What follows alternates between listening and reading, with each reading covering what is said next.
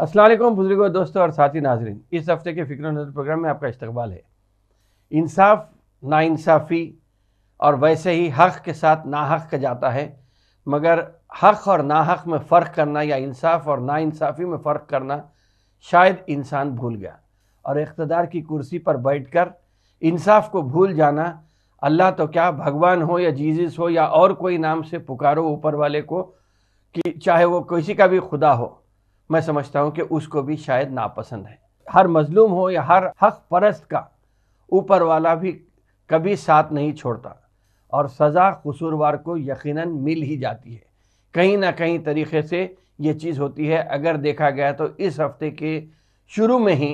जो फ़ैसला आया है सुप्रीम कोर्ट का, जिसमें बिल्किस बानो के साथ हुई ज़्यादती के ऊपर जो 11 लोगों को हुकूमत गुजरात ने छोड़ दिया था, उनको फिर वापस जेल भेजने का हुक्म दिया गया है। देर होती है मगर ऊपर वाले की भी उसमें हिकमत होती है। 2002 के गुजरात फसादात के बाद से गुजरात से या गुजराती के नाम से एक किस्म की बेचैनी महसूस होती है। वो मैं समझता हूँ कि गुजरात के फसादात का जो असर अभी तक बाकी है, इसीलिए होती है। वक्फे वक्फे से, चाहे वो हाई कोर्ट हो या सुप्रीम कोर्ट हो, उसमें कुछ ना कुछ ऐसे फैसले आते हैं, चाहे वो गुजरात फसादात से रिलेटेड हों या हिंदुस्तान के कहीं पर भी किसी भी कोने के जो फैसले आते हैं, मैं समझता हूँ कि जमहूरियत ज़िंदा है हिंदुस्तान में, ये उसी बात की अलामत है। चाहे उसका नाम कौन सा भी भाई क्यों ना हो, एक किस्म से जो फैसले जो देते हैं, वो फैसलों की वजह से ऐसा लग रहा कि जमहूरियत बाकी है और हिंदुस्तान में जमहूरियत का बोलबाला यकीनन रहेगा। 2000 बेकसूर लोगों को जला डालना, जान तो जाने की बात अलग है, लेकिन 2000 बेकसूर लोगों को जला डालना, मार डालना, और इससे बढ़कर जो चीज़ होती है कि एक औरत की इज्जत छीन लेना या उसके ज़िंदा रहने का जो मकसद होता है, जो सेल्फ रिस्पेक्ट होता है, उसको ख़त्म कर देना, या वो ज़िंदा रहती है तो कितनी कर्बनाक ज़िंदगी या कर्बनाक ज़ख़म उसके ऊपर गुज़रा है, उसका अंदाज़ा लगाना मैं समझता हूँ कि किसी के बस की बात नहीं है। वो जो गुज़र रही है उसी को मालूम होता है। लेकिन इसके बावजूद भी बिल्किस बानो ने इन सब को झेलते हुए, ये सब दुख के साथ भी रहते हुए, अपने हौसले को बुलंद रखते हुए जिस किस्म से केस लड़ा है, मैं समझता हूँ कि ये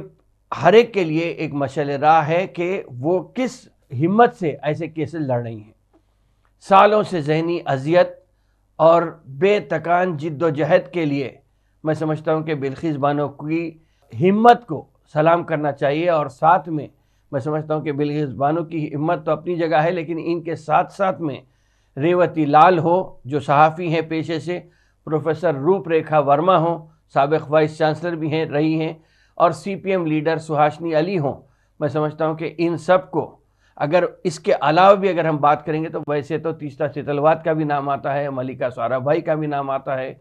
महेश भट्ट का भी नाम आता है, और IPS ऑफिसर संजीव भट्ट का भी नाम आता है। इन लोगों को मैं समझता हूँ कि इनकी हिम्मत और इनकी जुस्तजू को भी सलाम करना चाहिए। ये लोग, सभी लोग, मैं समझता हूँ कि धर्म के, मज़हब के पेशे से हिंदू हैं, हिंदू धर्म को मानते हैं, हिंदू भगवानों को, खुदाओं पे उनका यकीन, कामिल यकीन है। लेकिन इसके अलावा भी मैं समझता हूँ कि उनके पास सबसे ज़्यादा अगर अहमियत है, जो आज पूरे हिंदुस्तान में जिसकी कमी महसूस हो रही है, वो है इंसानियत। शायद यही इंसानियत का जज्बा था जो ये लोग, बिल्किस बानो हो या कोई और मुतासरा ख़ानदान का आदमी हो गुजरात के फसादात का, ये लोग हर वक्त आगे रहते हैं। और ऐसे लोगों की सबसे बड़ी बात यह है कि हिंदुस्तान में कमी नहीं है।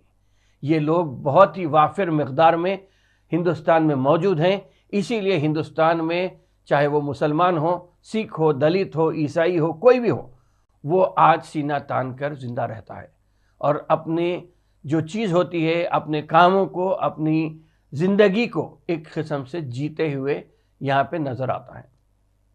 गुजरात हुकूमत ने एक फ़ैसला किया जिसमें इस BJP हुकूमत ने ये कहा कि अपने सरकारी इख्तियारात का या सरकारी पावर का बेजा इस्तेमाल करते हुए इन दरिंदा सिफत हैवानों को जेल से रिहा कर दिया। 2002 में अगर देखें तो 11 कैदियों को जो उम्र कैद की सज़ा काट रहे थे, जिन पर रेप और मर्डर के अलावा अभी खुले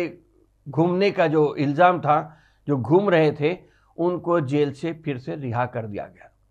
ऐसे लोगों को Radha Shyam Bhagwan Das Shah versus Gujarat state 2022 case पर, इसमें भी जो लचक पैदा की गई है सुप्रीम कोर्ट के ऑर्डर पे, या सुप्रीम कोर्ट ने स्टेट गवर्नमेंट को सज़ा को माफ़ करने के जो इख्तियार दिया था 1992 गुजरात पॉलिसी के ऊपर, उसको तोड़ मरोड़ कर ऐसे इस्तेमाल किया गया, उसके ऊपर फिर से सुप्रीम कोर्ट ने रोक लगाकर 11 लोगों को जेल भेजने की अपना हुक्म सादिर कर दिया है।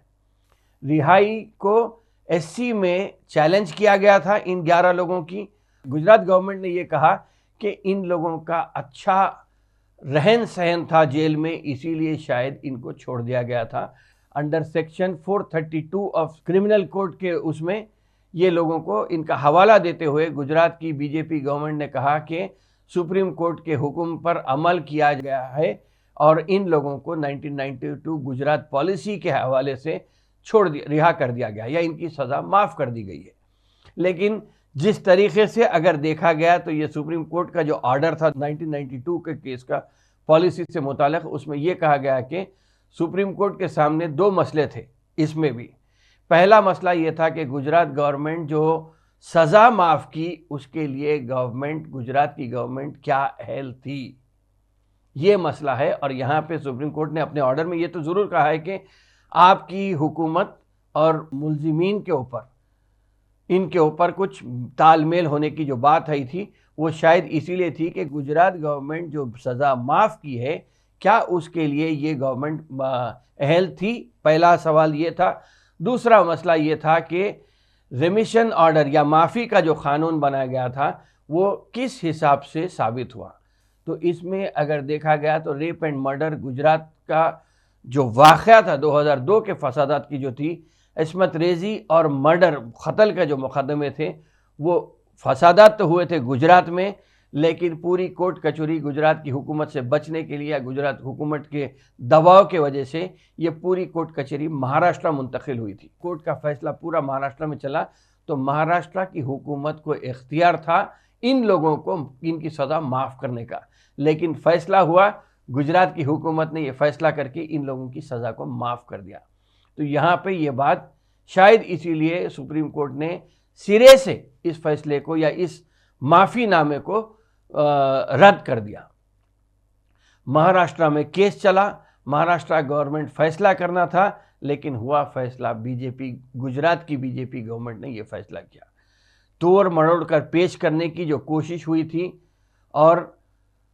खाती को बचाने के जो टट्टुओं को जो बचाने की कोशिश हुई थी, ये बताने की कोशिश थी शायद के 56 इंच का सीना लेके आप घूम सकते हैं, आपको कोई पकड़ने वाला नहीं है, शायद हम आपको माफ़ कर दिए तो आप और अपने सीने को फुलाकर घूमिए, और इलेक्शन में शायद यही चीज़ करने की एक कोशिश हुई थी। लेकिन अल्लाह के घर देर है अंधेर नहीं है, मजलूम की पुकार खाली नहीं जाती और हक़ फिर हक़ ही होता है। और इसी की एक सबूत था जो सुप्रीम कोर्ट ने इस हफ्ते जो अपने हुक्मनामे में सादिर किया कि हिंदुस्तान में अभी भी लोग अदलिया पे भरोसा कर सकते हैं,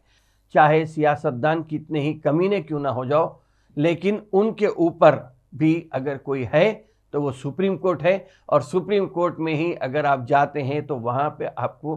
कम से कम, अगर हुकूमत से आपको कितनी भी परेशानी क्यों ना हो, आपके ऊपर सुप्रीम कोर्ट है, जो सुप्रीम कोर्ट हक़ और इंसाफ की बात करेगा और बग़ैर किसी दबाव के अपना हुक्म सादिर करेगा। यकीनन कहीं ना कहीं भूल चूक तो किसी न किसी, वो तो प्लस एंड माइनस का एक जो फिगर रहता है वो तो रखना चाहिए, लेकिन फिर भी आप देखिए कि चाहे केरला का हाई कोर्ट हो, इलाहाबाद का हाई कोर्ट हो, अलीगढ़ का हाई कोर्ट हो, ऐसे चीज़ों में बहुत सारे हुक्म हिंदुस्तान में अगर देखा गया तो हर कोर्ट का एक फ़ैसला जुदागाना होता है, और हर कोर्ट के फ़ैसले के बाद कहीं ना कहीं एक किस्म से इंसानियत को, हिंदुस्तान में बाकी रहने के लिए या जमहूरियत को फिल वक्त के डिक्टेटरशिप के जो दौर में बाकी रहने के लिए एक जगह आपको मिलती रहती है। तो मैं समझता हूँ कि सुप्रीम कोर्ट के फैसले से फिर से इंसाफ पसंद लोगों की, ह्यूमन राइट्स की जो बात करने वाले लोग हैं, उनके हौसले फिर बुलंद हुए हैं। मैं समझता हूँ कि इसी तरीके से इस हफ्ते या आइंदा महीने में जो आने वाला है सुप्रीम कोर्ट का जजमेंट ईवीएम को लेकर या इलेक्शन को साफ और शफाफ बनाने की जो बात है, मैं समझता हूँ कि वहाँ पर भी लोगों की नज़र टिकी हुई है। अगर वो फैसला भी हक के तरफ आता है इंशाअल्लाह ताला, जिसकी उम्मीद तो है, और अगर इलेक्शन साफ और शफाफ तरीके से होते हैं तो मैं समझता हूँ कि फिर से एक नई सुबह की, जमहूरियत की एक नई सुबह का आगाज़ होगा हिंदुस्तान में, और हर एक को जीने के लिए खुली हवा में सांस लेने की एक गुंजाइश मिल सकती है। बहरहाल ऐसे चीज़ें होते रहेंगी, आते रहेंगे बहुत सारे, लेकिन हम हमारी हिम्मत के साथ, होश व हवास के साथ, अक़ल के साथ फ़ैसला करके अपनी ज़िंदगी की राह को तय करना है, और इसी राह को तय करते करते हम कामयाबी की तरफ अपने कदम बढ़ाते रहना है। बहरहाल इन चंद बातों के साथ मैं अपनी बात को इस प्रोग्राम को यहीं ख़त्म करता हूँ। इंशाअल्लाह ताला आइंदा हफ्ते फिर मुलाकात होगी, फिर बात होगी। शुक्रिया, खुदा हाफ़िज़।